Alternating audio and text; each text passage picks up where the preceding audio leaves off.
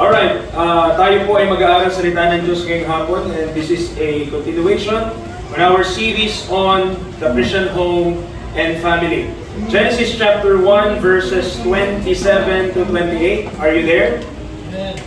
Genesis chapter 1 verses 27 to 28. Sige, dito tayo mag-isimula. This will be the foundation of our study this afternoon.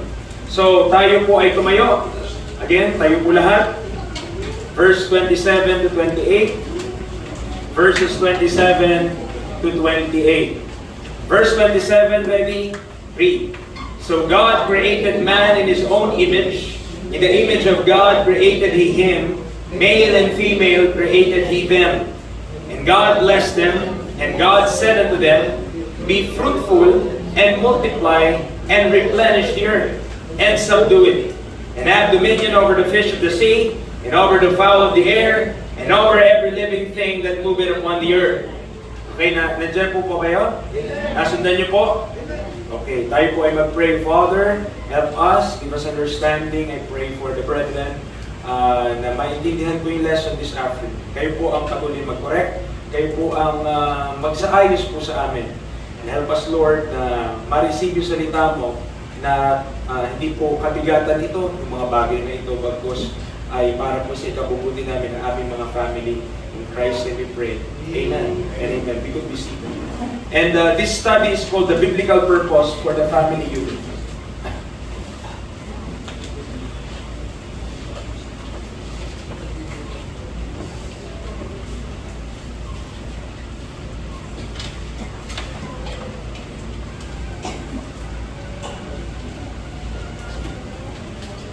So, I entitled this the biblical purpose for the family unit. Dahil if you will ask, magtatanong tayo, kahit sino dyan sa labas, tanungin mo, bakit kayo may pamilya? Anong purpose ng pamilya nyo? At makaka-receive ka ng iba't ibang mga sagot. Tama ko ba? Maring iba, pamilya kami para masaya. Ayan, pamilya kami para matulog-tulog, magsama-sama. So, there might be different answers to that question. But what we will explore this afternoon is the biblical purpose. Ano ba yung sinasabi ng Bible? Ang purpose kung bakit nilikha ng Diyos ang pamilya. Okay? Why did God created families? Why did God instituted the family unit? Okay, bakit ganun yung pagkakadesign niya? Bakit may mga bata, no? Bakit kailangan on young baby pa lang siya, kailangan i-raise siya, alagaan siya? Kasi meron po sa animal kingdom na mga uri ng hayop na once na pinanganak na ng magulang, papabayaan na yun. They are to fend on their own. They are, parang sila. But that is not the case with man. Kasi sa man, lalo na, starting mga, especially ages 1 to 6 or 0 to 6, very crucial yun eh. Kailangan talaga ng alagaan yun. Kailangan talaga, wala pa talagang mukhang yung bata. So, akala niya safe lang lahat, punta siya doon, yung pala may sasakyan na, bam. So, very, very crucial yung early stages ng childhood. So, ang explore po natin is the biblical purpose. Why did God created families? Bakit nilikha ng Diyos ang bawat pamilya? What is God's purpose regarding this matter? And before the fall of man, mga kapatid, yan po yung binasa natin sa Genesis 1, 27 to 28. So, mga kapatid, the world is made up of families. Do you agree? Buong mundo, made up of families. Yung mga bansa, Pilipinas, ay made up of families. And on the smallest, meron one of the smallest units, ang church is made up of families. Tama po? Okay? So, God has clear instructions of what man or what the first man must do at kung paano niya i-lead yung family dito sa earth. Meron pong maliwanag na instruction ng Diyos doon. Which purpose man have rejected, forgotten, or dismissed. Yun yung titigan natin ha. Maaring nireject ng tao, kinalimutan ng tao, o binaliwala ng tao, mga kapatid. Now, in Judges 21, this is a part of the introduction, but Baka kasi tumagal tayo, but I will just read 21:25, Judges 21:25. You could write it down para kung hindi nyo makalimutan later kung gusto nyo tignan. Pero dito po, mabasa natin, sabi niya, in those days, in the days of the judges, there was no king in Israel. Wala pong hari, and everyone did that which was right in his own eyes. So, ang bawat isa, ginawa nila kung ano yung tama sa paningin nila. At napaka-delikado kapag itiniwala mo ang batas ng isang bansa na depende lang sa kung ano yung tama sa mata ng tao.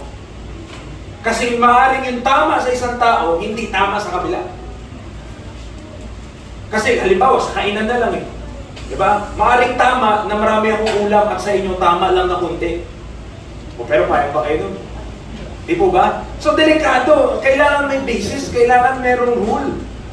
Okay? At merong nilagay ang Diyos na mga bagay para maging in order po ang mga bagay-bagay. Now, delikado kapag nangyari yan kasi Book of Judges, kung nabasa nyo na ang Book of Judges, masalimuot po ang Book of Judges. Hindi maganda. Meron nga, one time si Samson, nasa Book of Judges yun eh, si Samson, parang natalo sa pustahan. At dahil natalo sa pustahan, pumatay siya ng mga Palestinian at kinuha yung mga damit nila kasi yung ano nila sa pustahan, kailangan damit, yung changes of raiment. So dahil natalo siya, pinatay niya yun sila, tapos kinuha niya yung mga damit nila. Because that is right in his own eyes. Okay?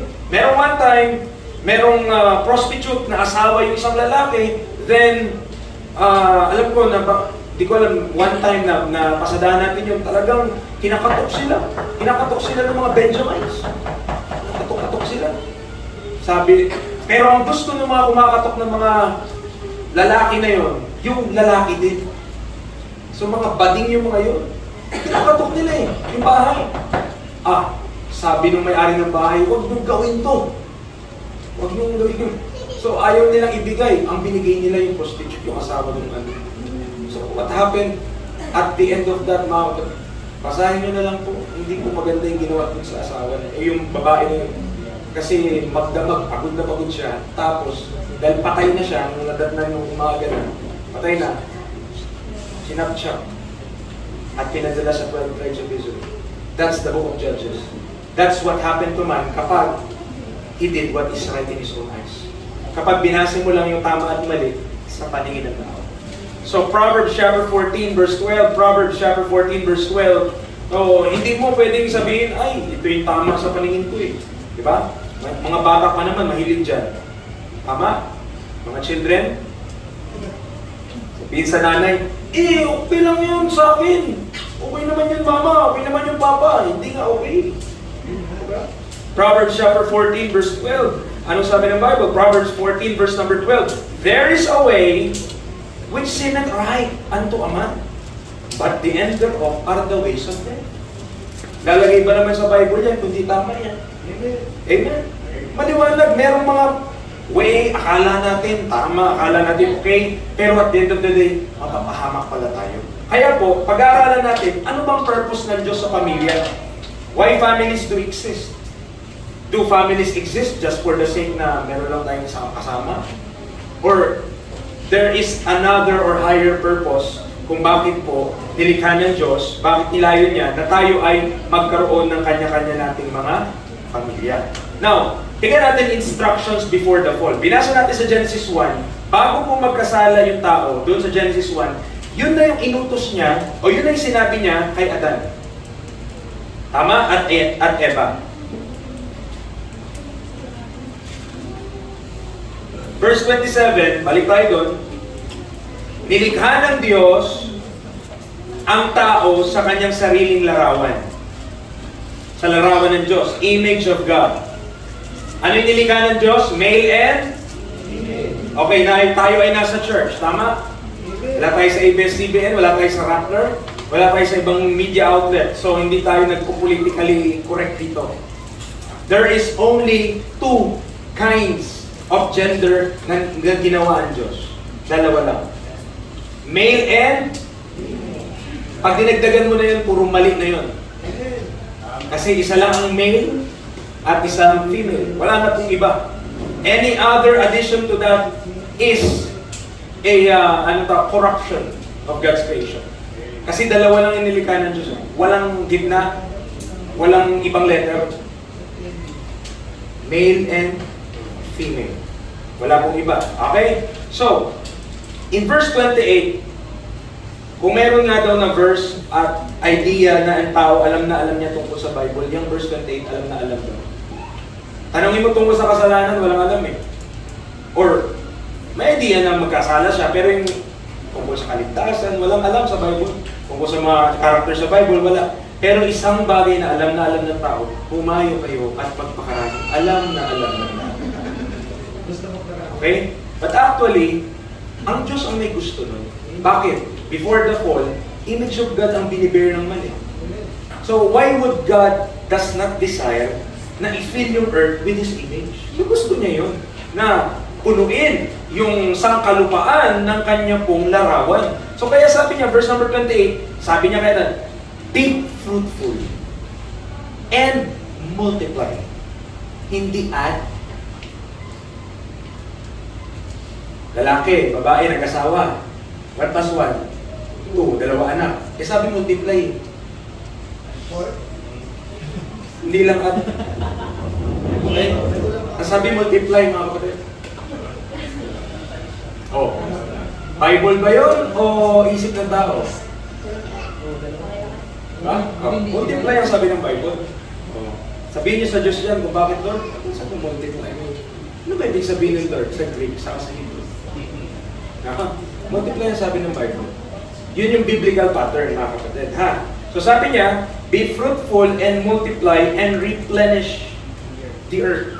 Isipin mo ang utos kay Adan, i-replenish yung earth. Gaano kalaki yung earth, Brother Kaison? Ngayon, alam niyo kung ilang billion na po ang tao ngayon? 11 ba? Kasi may karamihan na din eh, na billion ng tao. Pero puno na ba yung mundo? Hindi pa. Alam mo, siksikan kasi yung mga tao sa syudad eh. Nagsisiksikan sa syudad. Pero pag in-account po natin yung mga probinsya, ang luwag-luwag pa. Tama po ba? So puno na ba ang world? Hindi pa. Napakarami pa mga space dyan. Diba? So, but the problem is, so ito yung sabi ng Panginoon, gusto ng Panginoon i-replenish ni Adan at ni Eva ang mundo. Kaya nilang gawin yon or matupad kaya nila yun kung anak lang nila, 2. Napakatagal mo. Richard, sa palagay mo, ilan yung mga naging anak nila Adan, mga ganyan? Mga kapatid, kung ang buhay mo 900 years old, 900 years old, isipin mo na lang kung ilan yung kaya mo maging anak nun. Siguro yung menopause mo nun, year 600. So, ilan? Tama po? Oh. So, mga ganyan. So, sabi niya, be fruitful and multiply and replenish the earth and subdue it and have dominion over the fish of the sea and over the fowl of the air and over every living thing that moveth upon the earth. So, ang gusto, ang disenyo ng Diyos, ang tao magkaroon ng dominion sa lupa. So, lahat ng mga hayop, under natin. Lahat yan, under ng tao. Ngayon, anong ginagawa ng tao? Dahil lumalayo siya ng lumalayo sa Diyos, mas binibigyan ng karapatan yung mga hayop kaysa sa tao. Tama? Ano pong nangyari ngayon? Yung mga aso, tinuturing na anak. Baby. May mga diaper sa SM. Yung mga pusa, nakatalago nung, wow. Diba? Transparent pa yung bag, hingit mo sa loob. Diba? So, yung mga kaisipan na ayaw nilang mag-anak, pero ang mahal ng dog food, ang mahal ng cat food, may diaper pa yung pusa, yung aso nila, binibet pa nila kada buwan, pero mahal daw mag-anak. Okay? So, the idea of this world, the thinking of this world, yun ang nag-permeate ngayon. But God's original intent was to fill the earth. Nakasunod po tayo? Nilikha niya kasi ang tao in His own image. Magkakaroon ng dominion yung tao over the earth, being fruitful and multiplying. And by the way, practically speaking, tayo ngayon, Kristiyano tayo, tama? Hindi naman tayo nabuhay sa panahon ni Adan eh.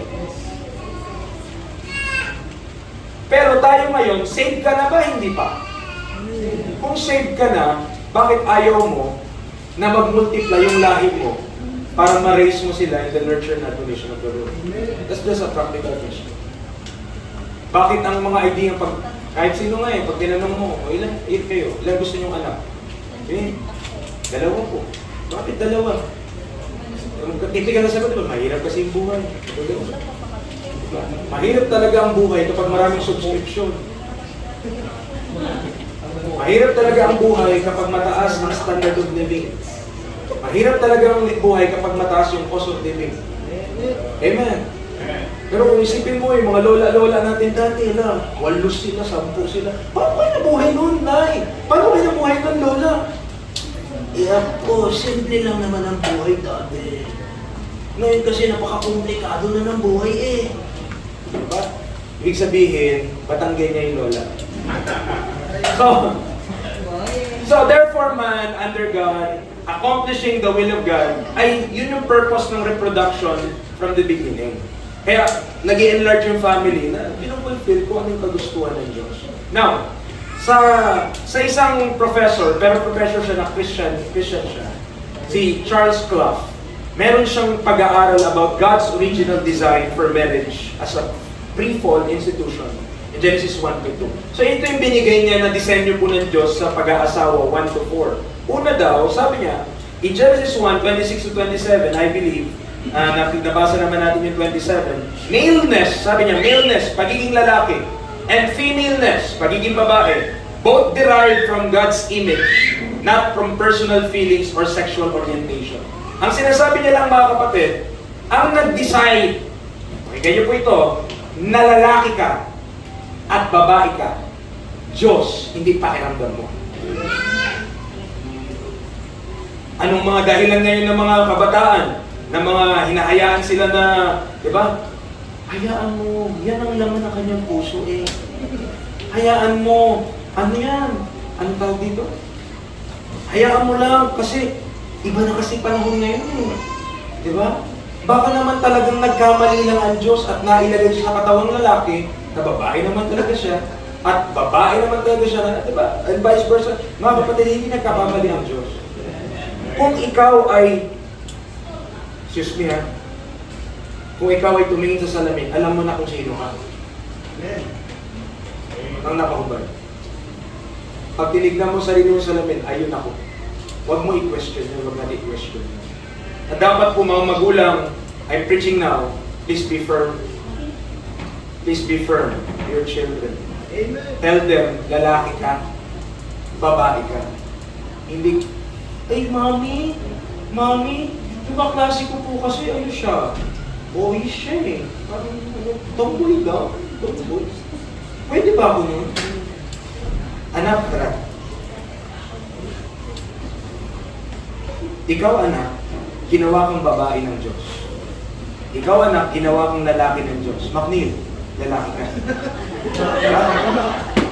Meron ka bang magtutugtong ko sa? Wala.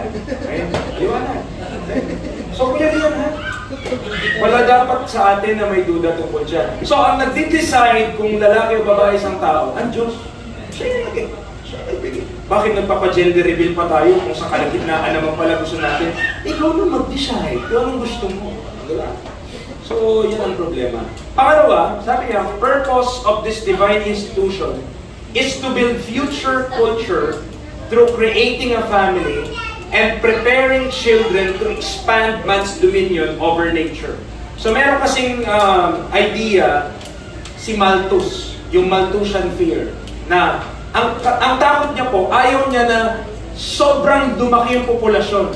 Kasi daw baka hindi masustain, baka wala nang kainin yung mga tao pag sobrang lumaki yung populasyon. Mga kapatid, naniniwala ba kayo doon sa God will provide your needs? God will provide our needs. Amen? We have to trust the Lord. Kaya niya mag-provide ang pangailangan natin, pero antayin niyo po yun provide your needs. Anong hindi sinabi? Hindi naman liwan natin yung Bible. Diba? Ano lang ba ang sinabi na kailangan mo ni Paul? And having yun, mga kapatid. Kung yun lang ang basehan mo ng buhay, kagkain at pananamit, mayaman na tayo lahat. Pero, Kung ang basihan mo ng comfort sa buhay, kailangan naka-iPhone 16, fully pay, 2 terabyte. At lahat ng mga conveniences dito sa buhay, meron tayo, abay talaga hindi tayo mayaman. Diba? Oh. So, pangatlo, sabi niya, purpose of this divine institution is to reveal within mortal history the relationship between Christ and His church. Pero future revelation na yun kay Paul rin sa Ephesians 5:18. Hindi lamang earthly purpose, but heavenly one. And also, number 4, experience an unhindered, open interdependency. A team of dominion with a division of labor, not competitive. Mga kapatid, kapag natutunan lang natin na yung mga pamilya natin, tayo magtutulungan within the family, na kung ano yung kakayanan ni Mrs., ano yung kakayanan ni Mr., anong kakayanan ng mga anak, pagsamasamahin natin, para, di ba, kung merong businessman yan, anumang uri ng endeavor man yan, or your venture man yan, mas magiging kagamit-gamit ang lahat. Kasi principle ng Bible yun eh, di ba? Ang tamad, ano dapat gawin? Oh, bakit yung mga tamad na anak pinapakain? Hindi tayo nagiging consistent sa Bible. Kung may batugan sa bahay, magpakainin. Ayaw maghugas ng plato, sige, wala kang dinner, anak. Ganun kasimple. Pag nagutom na siya, sige po, hugasan ko na yung plato. Kapag pag na-train ko kasi ang mga bata na okay lang na maging tamad, talagang okay na lang na tamad siya. Kasi wala namang punishment sa pagiging tamad eh. Pero pag natutunan niya na merong punishment dun sa katamaran niya, abay, magugutom pala ako pag tamad ako. Hindi uubra to. Mama, nasa na yung plato? Kahit hindi yan hugasan ko yan. Di pa nangyayari yun, ha, kapatid mo? Milagro yun, pag nangyayari yun. Pero actually, ganun po ang solusyon doon. Kasi principle, di lang naman yun sa mga adult eh. Yun ang principle, kung tamad, huwag papakainin eh. Oh, sabi ng mga anak, teacher, bati tayo, pero ngayon narinig ko yan, di na tayo bati na. Diba? So, yun po maliwanag, ano? Okay. So this, including most of God's order and will, are being attacked by Satan. Ina-atake niya na yan. Since the beginning, no wonder napakahirap magturo ng Bible ngayon. Kung ano nakalagay sa Bible, and expect church people to believe and apply it. So, Satan, the God of this world, talagang na-penetrate niya yung mga isipan po natin. May kahit mga saved tayo ngayon, ganun katindi yung brainwashing niya since tayo ay pinanganak.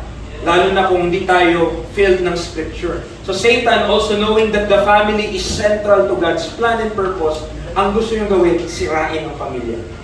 By any means, in order to render God's design undesirable. Okay, so nakita natin yung before the fall now. Punta po tayo mga kapatid sa nung nagkasala na ang tao under the law na kay Moses. So, nagdala po ng consequences yung fall. Nagkasala ang tao, nahulog ang tao sa kasalanan, may consequences yun na hindi po natin kayang i-reverse. Ano yung sinasabi ko? Genesis 3, simulan natin, verse number 16. These are the things you cannot reverse kahit saved na tayo ngayon. Ligtas na tayo, but these things we could not reverse. Okay? Sabi niya, unto the woman, he said, I will greatly multiply thy sorrow and thy conception. So imagine pala kung hindi nagkasala ang tao, siguro pag nanganak ka, parang walang umutos. Sasakit pa ngayong kapag eh. Okay?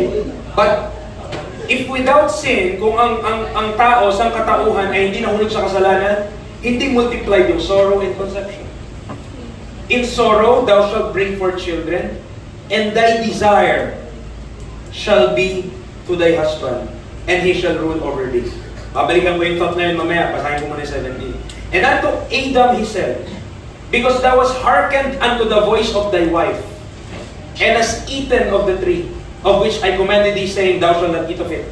Cursed is the ground for thy sake, and in sorrow shalt thou eat of it all the days of thy life. Kaya yung sa mga nagsasabi na ang pagtatrabaho ang buhay parang nakakalungkot lang, hindi talaga. Simula pa kay Adan, sinabi na yun in sorrow shalt thou eat of it all the days of thy life. 18. Thorns also and thistles shall it bring forth to thee, and thou shalt eat the herb of the field. Verse 19. In the sweat of thy face shalt thou eat bread, till thou return unto the ground, for out of it was thou taken, for dust thou art, and unto dust shalt thou return. Nakita niyo yung kaibahan nila? Yung curse sa woman, sa babae, relating yon sa kanyang panganganak. Okay, sa reproduction. Pero sa lalaki, ang kinurse ng Panginoon, yung lupa.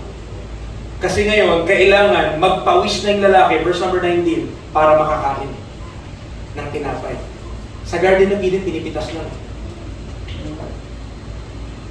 Ang trabaho niya nun, dress it and to keep it. So, i-maintain niya lang. I-maintain niya lang talaga yung hardin. Goods na siya. Nagkasala. Pumasok ang kasalanan. Nahulog daw sa kasalanan. So, dahil doon, ano naging resulta?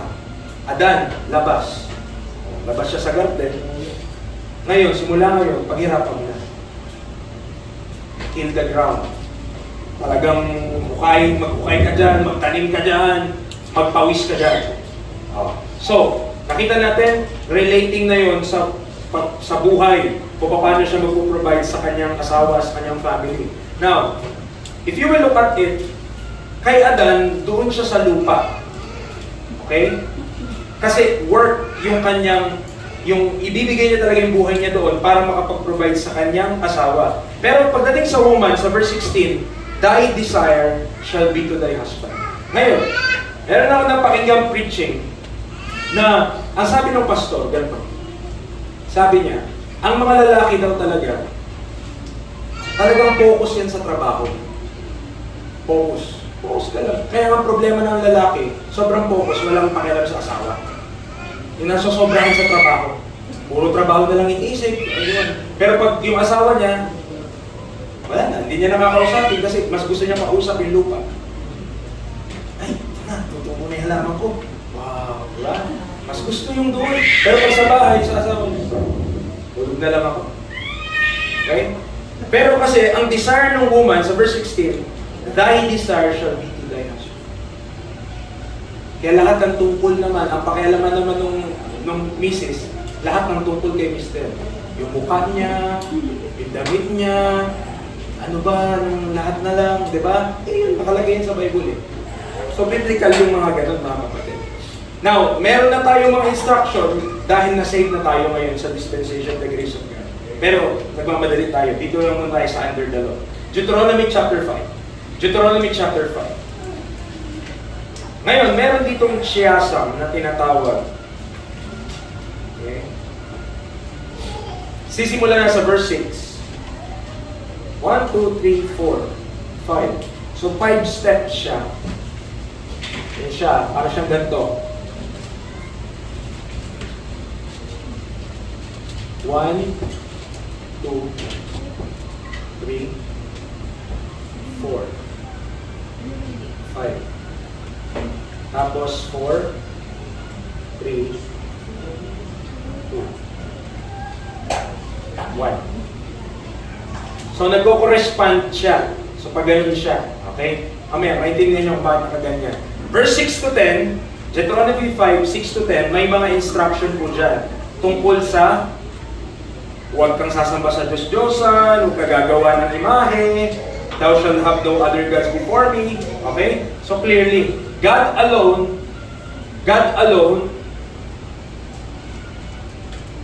is worthy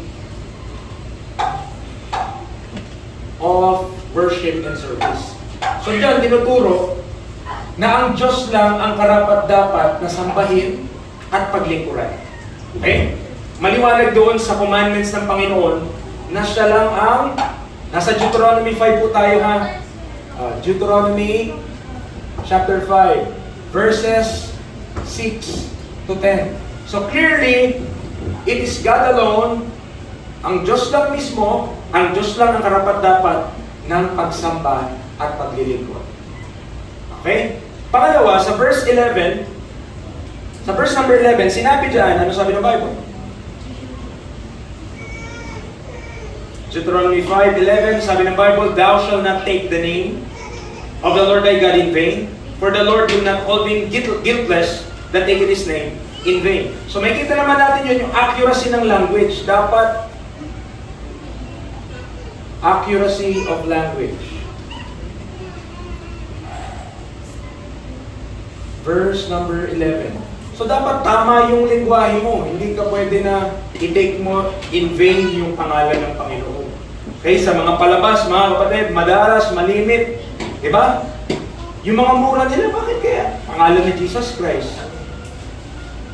Baka nga yung iba sa atin, nakakaganon din pag nadudulas Iba sa inyo, nagpapasosyal pa din. Oh my gosh, ano ibig sabihin mo? Yung gosh? Gosh. Holy Ghost. Kahit yung ano na yun, yung expression na yun, mga kapatid. But there is accuracy in language. Now, verses 12 to 15, tumutukoy naman din, sabi niya, keep the Sabbath day, to sanctify it as the Lord thy God hath commanded thee. 6 days thou shalt labor and do all thy work. But the 7th day is the Sabbath of the Lord thy God. In it thou shalt not do any work. Thou, nor thy son, nor thy daughter, nor thy maidservant, nor thy manservant, maidservant, nor thy ox, ass, nor any of thy cattle, nor thy stranger that is within thy gates, that thy manservant and thy maidservant may rest as well as thou. And remember, sabi niya, and remember that thou was a servant in the land of Egypt, and that the Lord thy God brought thee out thence through a mighty hand and by a stretched out arm. Therefore, the Lord thy God commanded thee to keep the Sabbath day. So doon naman, makikita mo kung paano tinuturo ng Panginoon to manage yung labor and property. Management of labor and property.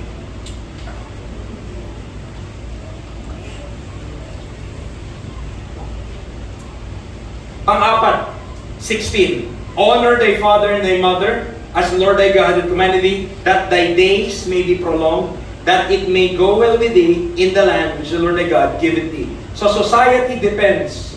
Okay? Ito naman, pang-apat na, society depends on, sabi niya, society depends upon functional family. Okay. Upon functional marriage and family. Isipin nyo na lang kung ano mangyari kapag magulo ang pamilya at ang mag-asawa hindi nagkakasundo. Anong nangyari na lang sa society? Diba? Yung sikat nga ngayon, yung may-ari ng ABS, yung Lopez, sa balita, wala na. Kahiwalay na. Hindi magkasundo Okay? Isang pamilya lang sila, isa magkasundo. Kung paano i-manage.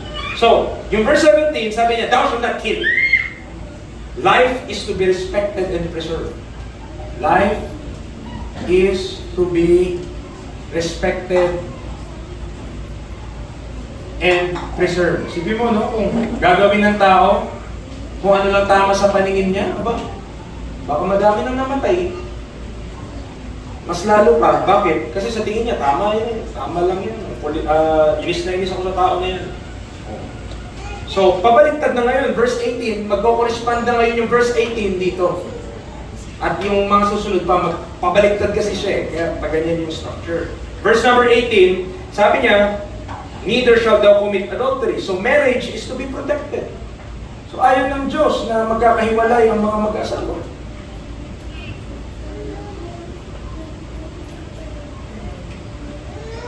Okay, marriage is to be protected. Verse number 18, nakita nyo? Dito, sa taas, society depends upon functional marriage and family. Correspond siya dito. Verse number 19, huwag kang magnanakaw, neither shalt thou steal. So, property is to be protected.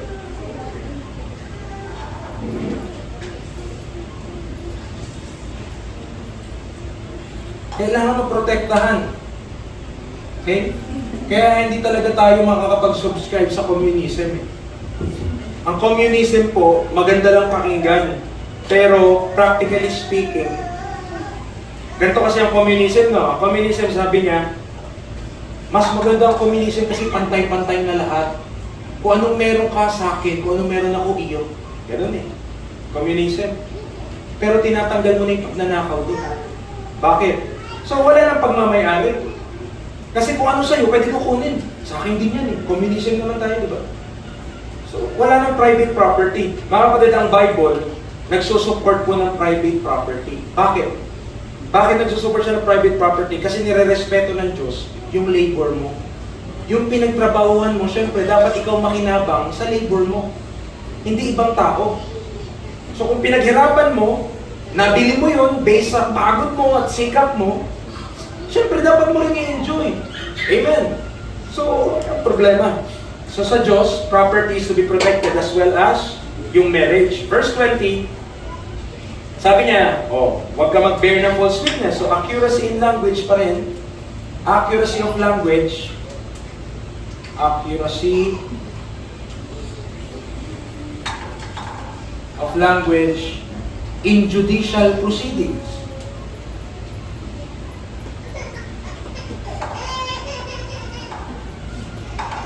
Kailangan honest.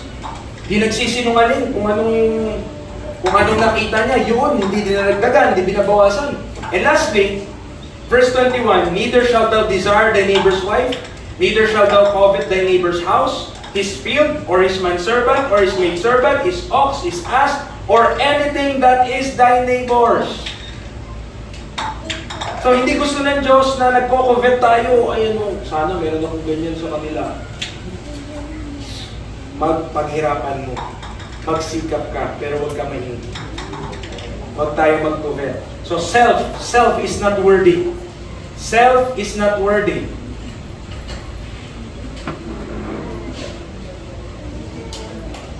Self is not worthy of worship and service.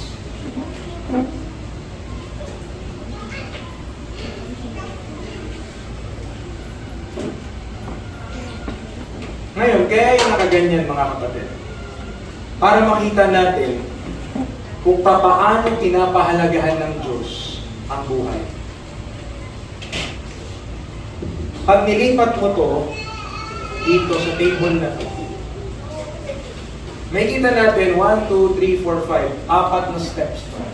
Ay 5. 1, 2, 3, 4, and 5. At the very base, ito ang kailangan natin maintindihan. Kapag ang puso natin sa Diyos, heart. Kapag ang puso natin sa Diyos, siya. Heart allegiance yan. Tapos to God. Dito sa kabila, heart allegiance din po pwede ilagay, pero to self. Dito to self. Dito, at the very bottom, ang desire mo, ang ma-please ang Diyos. Ang ma-obey ang Diyos. Dito sa kabila, yung sarili mo lang. Basta ma-please mo yung sarili mo. On top of that, dahil gusto mo ma-please ang Diyos, yung integrity ng communication mo nandoon. Ibig sabihin, honest ka. Integrity of communication. Okay? Yung integrity of communication mo, consistently, truth. Yung integrity of communication mo dito, ang nakalagay, di ba? Nagpo-profess ka ng truth, pero sarili mong agenda yun. Hindi katotohanan yun kasi may balak tayo, may gusto tayo makuha, may gusto tayo maabot. So, kapag ang allegiance mo sa Diyos, ang lumalabas sa bibig mo, katotohanan. Pero kung ang allegiance mo sa sarili mo, ang lumalabas sa bibig mo, personal agendas. Now, dahil doon, kapag truthful ka, yung pagtatrabaho at yung property na protektahan. Labor and property is protected. Bakit? Truthful ka. Okay? Nare-respeto yun. Kaya lang, pag dito, ang nangyayari sa labor and property na demeaned and wasted. So wala ka naman pakialam eh. Kaya wala naman tayong pakialam kung sa sarili lang natin piniplis natin. Bahala na yan, masira na yan. Diba? Kung ano mang mangyari dyan. Okay lang tatamad-tamad, diba? Mas okay na tamad kaysa pagod. Ano yung idea? No, kasi sa self naglilingkod eh, hindi sa Diyos eh. So ang marriage dito, on top of that, the marriage Marriage and family, kapag ang pundasyon mo, Diyos, na truth, yung nagiging speech natin, na nagle-labor tayo at pinoprotektahan natin yung property natin kasi pinagpaguran natin mga kapatid, our marriage and family will be strong and functional. Titibay po mga kapatid yung pamilya. Okay, titibay. Pero pag dito, walang pakialam, di ba? Tatamad-tamad tayo. Okay, wala tayong ginagawa. Ano mangyayari sa pamilya? Magiging mahina. At magiging dysfunctional. Okay? Ganun po. At lastly, yung buhay. Ang buhay dito pinapahalagahan. Pero doon, kapag sarili lang yung interest, ang buhay na-jeopardize. Ibig sabihin, okay na, magkasira-sira lahat. Kasi ang inisip lang naman natin, sarili natin. Nagko-correspond po yan mga kapatid. Ito yung nilipat mo na yung outlet. Ito yung pinaka-sentro niya na yung buhay dapat i-preserve. Yun yung taas. Tapos, kung ang life na pe-preserve din, ito rin no. So, ang pinakauna natin, pinakailalim ito. Ang Diyos ay karapat-dapat na sambahin at paglingkuran. Yung puso natin sa Diyos. Ang sarili ay hindi karapat-dapat na sambahin at paglingkuran. Pag ang ating paglilingkod ay sa sarili lang. Kapag ang mga children, for example, ang interest lang nila para sa sarili nila, mga parents, kung ang pakialam lang nila sa sarili nila, walang pakialam yan, hindi yan tutulong. Hindi yan tutulong. Bakit? Gusto niya lang, siya lang eh.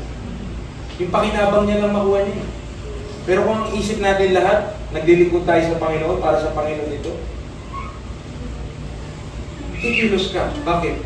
Para makatulong sa pamilya. Kasi naglilingkod tayo lahat sa Diyos. Okay? So may structure siya dito. In-outline lang po ng author or ni Professor Charles Clough itong bagay ko na ito.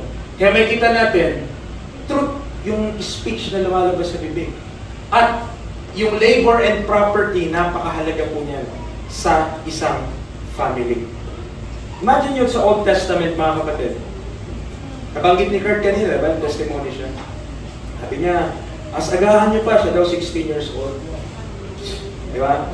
Sabi niya sa mga young men, mas agahan niyo pa na magsimula kayo mag-work. Preacher, kailan ba dapat turuan yung mga bata na magtrabaho? Train up a child. Kailan ba hindi na child yung bata sa Bible? Pag lumagpas ng 12. Hindi na child yun sa Bible. Pag 13 na, hindi na yung child. So, kailan tinuturuan magtrabaho ang bata? Pag 13, hindi na nga siya child nun eh. So, before the age of 12, dapat tinitrain na mag-labor. Before the age of 12. Mga parents, wag po ninyong pagbawalan yung anak nyo kung gusto magtinda ng ice candy. Bakit? Kung bata pa sila. Para matutunan nila, hindi pala pinupulot ng pera. Marami mga bata ngayon, ang tingin sa nanay nila, parang puno na nag-uulan ng pera eh. Ay, si mama ko blooming. Mama, pengin pera, 20, 50, 100, diba? Kala nila yung pera, nandyan lang, parang unlimited ba? Pero di nila alam, paano nangyayari yun? May labor mga kapatid. Pinaghihirapan yun eh. Tama po ba? Ayun. If we will, kung kayo po mga tatay, halimbawa, meron kayong mga anak, sipin nyo, kung walang ginagawa yung mga anak nyo, ang laking kasayangan ng kanilang buhay. Tama? Hindi naman, iniwala ba kayo sa buong maghapon, 24 hours, 8 hours tulog, 16 hours, sa school 8 hours, yung 8 hours niya na yun, gumagawa siya assignment. Yung extra 8 hours siya sa isang araw, assignment din natungan, project. Hindi wala yun, ang inatupag nun, yung tropa niya, yung gala niya, yung latest na text, yung pogs, yung ano, yung trumpo, gano'n din ako nung bata ako eh. Diba? But, actually, they need to be trained. Ito po, halimbawa lang. There was a Christian, I believe. Di ko alam po si Pastor Bob, parang si Pastor Bob din nakapagkwento ng yung anak niya kasi, para sa construction. Sa construction yung isa niyang anak. Ano na, may pamilya na rin po. Tapos, di ko alam kung anak niya yon or basta ibang anak. Basta ang kwento, pagkakwento, yung bata, yung anak nun, nung tatay na yun, as early as 5 years old, sinasama na sa construction site. 5 years old, sinasama niya lang. So, alam nga namang marunong magpala yun. Pretty pa, 5 years old din. Pero, sabi niya, sige, kinisin mo yan. So, nagiginis lang yung ano, sige, kinisin mo. Mga kapatid, nung umidad na siguro kung 18 years old na yun, napakagaling na sa construction nun. Bakit? 5 years old pa lang simula na yun. Sino may experience siya? 13 years na siya. Eh, mga kabataan ngayon, kailan pala magsimula magtrabaho? 22. Uy, ano nakalagay sa resume? OJT, 300 hours. Eh kung nagsimula ka pa lang ng 5 years old ka pa lang, 6 years old ka pa lang, may experience na kahit pagtitinda pa ng ice candy, kahit pagtitinda pa ng pancake, kahit ganyan lang, titinda ka na itlog-itlog. At least may experience ka na, ibig sabihin na itutunan mo na yung value ng labor. At pinapahalagahan mo na yung pera, hindi tayo nagsasayang nagwawalas. Nandiyan na po tayo? Okay, gising pa po ba? Okay. So mga kapatid, ganun po. So makikita natin, matututunan natin sa Bible, these things, na ang nangyayari kasi, kaya nababurden din yung marami, at ano, kasi marami pong sayang eh. Yung family natin, workforce yung lahat. Kasi lahat naman tayo kailangang magtrabaho para po tayo ay makakain. O ngayon, kung ang tatay lang, pagod na pagod lagi siya, halimbawa, siya lang lahat na nagbubuhat, siya lang lahat na ganyan. Pero ang family, hindi sila nakapag-help together, sayang yun. Diba? Pero lahat, tulong-tulong po tayo. Why? Kasi sa Panginoon naman tayo lahat nag-serve. Ako po ba? So ito yung matututunan natin. Nakita natin yung outline dito mga kapatid. This is the pattern sa Deuteronomy chapter 5. Now, hindi ko matatapos po ito, pero magpipili lang ako ng ilan. Ngayon, ngayon na, instruction ng Diyos sa mga believers in Christ. Save na tayo ngayon eh. Ito, sa under the law pa to eh. Pero may principle ka na mapulot. Now, 1 Corinthians chapter 7. 1 Corinthians chapter 7. I will not keep you long because meron pa tayong mga visitation. Tama po ba? Kaya other activities. 1 Corinthians chapter 7, but nawa, nakita niyo yung purpose ng family, no? Kung ang ating mindset is to serve God, then dapat tulong-tulong tayo. Lahat nagtulong-tulong para dyan. So 1 Corinthians chapter 7, verses 32 to 34.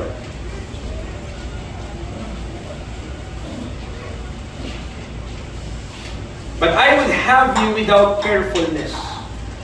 He that is unmarried careth for the things that belong to the Lord, how he may please the Lord. But he that is married careth for the things that are of the world, how he may please his wife. There is difference also between a wife and a virgin. The unmarried woman careth for the things of the Lord, that she may be holy, both in body and in spirit. But she that is married careth for the things of the world, how she may please her husband. So ito po no, na kapag tayo ay nasa marriage na, pumasok tayo sa marriage, meron na talaga tayong aatupagin sa sanlibutan eh. Okay? May mga caring ka na for the things of the world na involved dyan. Now, kung hindi na-train yung mga bata as early as they are young, na ang kanilang buhay para sa Panginoon, they would not learn that when they are 20. They will not learn that when they are 23, 25, 28. They will not learn that. It needs to start bata pa. Now, kung kayo, ganun na yung edad natin, may hope naman eh. May pag-asa naman sa Diyos, hindi man tayo nawala ng pag-asa eh. Pero mas mainam, lalo na, kasi, kita may mga tumutugtog dyan sa gilid, no? Diba? mga bata pa yun. Diba? Mga child pa talaga yung mga yun. Now, kailangan natin po silang maturuan ng maayos at talagang instill sa kanila na things of God, priority. Na yun lang anak. Kasi pag di nyo po sila pinush doon at pina-involve nyo na sa world ng maaga pa, sige, good. Anak, sige lang, aral ka ng aral na mabuti, galingan mo sa school, okay, galing-galing niya. Ayan na, 17, 18, wala na yan, di makapag-church. Bakit? Daming commitment sa school. Nakakahadlang ang Diyos sa school.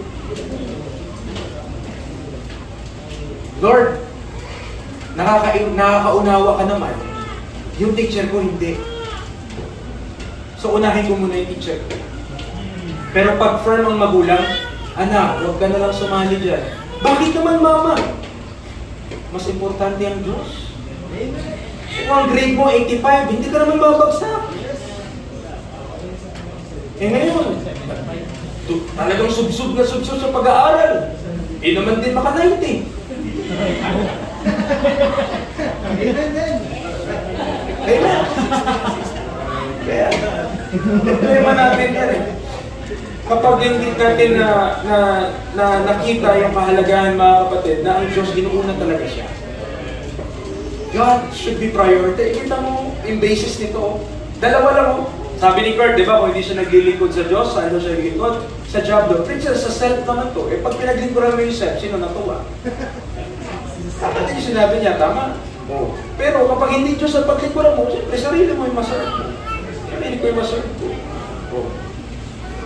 Amen. So, clearly, mga kapatid, meron ng responsibility sa labas, meron ng responsibility sa world when it comes to marriage. Now, mga parents, alam nyo na po yun, alam na natin yun. Pag married ka, talagang iisipin mo na yung bills eh. Iisipin mo na yung gastusin eh. Iisipin mo na yung pagkain lahat, mapakain eh. So, pero sa mga anak, wala pa silang ganong responsibilidad. But let them be trained. Nang Diyos, unahin nila. Pero pagtrabahuin nyo pa din. Kaya naman yung pagsabayin eh. Amen. Oh, kaya lang, pag ang magulang, kawawa naman ang anak ko eh. Pag-init ng araw, baka siya ay magkaroon ng hika. Kawawa naman eh. Kapag, naku, huwag nyo na yung pagtindahin, huwag nyo na yung pagganyan. Nakakaranas ng yung hirap nyo dati, huwag nyo na iparanas sa mga anak nyo. Hindi nakaranas ng hirap yung mga bata. It is spoiled. And what would be the result in the end?